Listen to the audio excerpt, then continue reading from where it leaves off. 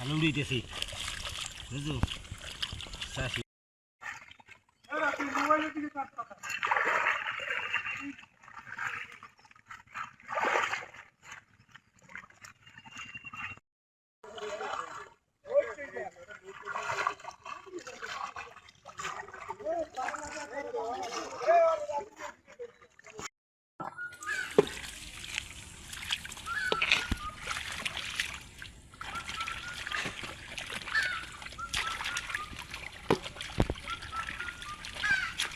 Video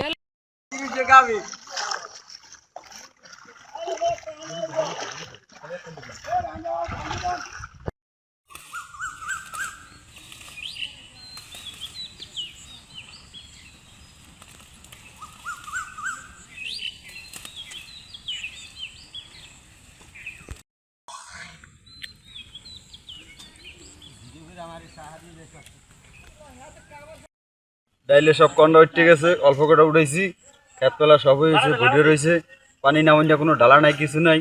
এখন আমরা কি করতে পারি? আমরা তো না খাই মরব। বিলে অনেক পানি, পানির কারণে আমরা ডাইল উঠাইতে পারতেছি না।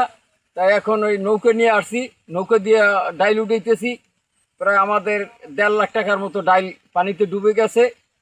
প্রায় কোটি টাকার ডাইল আছে এই বিলে।